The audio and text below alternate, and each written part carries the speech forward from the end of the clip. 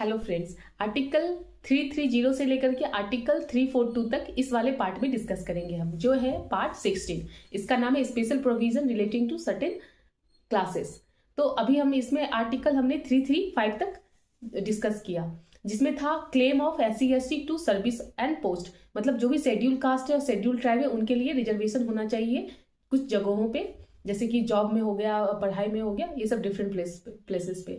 इस वाले पार्ट में हम देखेंगे जो स्पेशल प्रोविजन है शेड्यूल कास्ट के लिए, शेड्यूल ट्राइब, एंग्लो इंडियन और बैकवर्ड क्लास के लिए क्या होना चाहिए, कितने दिन तक के लिए होना चाहिए। इससे पहले वाले वीडियो में हमने आर्टिकल 335 तक डिस्कस किया है। इससे पहले वाला जो पार्ट था वो जो था, क्या कौन सा पार्ट था, पार्ट 15 था, जिसमें था इलेक्शन कमीशन ऑफ इंडिया के बारे में था।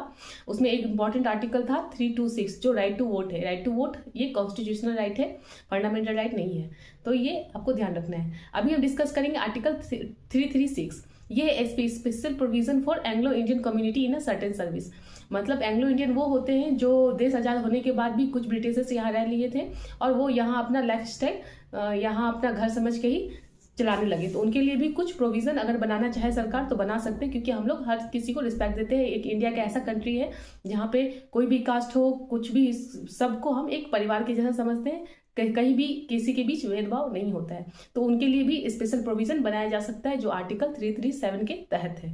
नेक्स्ट है आर्टिकल 338। इसमें दिया हुआ है कि नेशनल कमीशन फॉर SC। अब ये चीज बहुत ध्यान से सुनना है आपको, क्योंकि बहुत सारे एग्जाम में पूछा गया है इससे क्वेश्चन।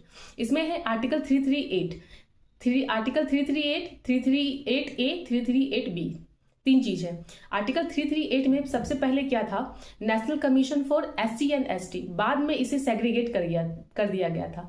आर्टिकल 338 और 338A में मतलब नेशनल कमीशन फॉर SC होना चाहिए एक, 338 नेशनल कमीशन फॉर ST होना चाहिए एक, जो है जिसे सेग्रीगेट किया गया था 89th अमेंडमेंट एक्ट 2003 में। दो होना चाहिए, national commission for schedule caste, national commission for schedule tribe, जो ए में है। बी में बाद में जोड़ा गया था 2018 में, जो 102 अमेंडमेंट एक्ट करके वो था अदर बैकवर्ड क्लास के लिए भी नेशनल कमीशन होना चाहिए। तीनों कॉन्स्टिट्यूशनल बॉडी है, ये UPSC में भी पूछा गया है और बहुत सारे एग्जाम में पूछा जाता है, तो इसे आपको ध्यान रखना है।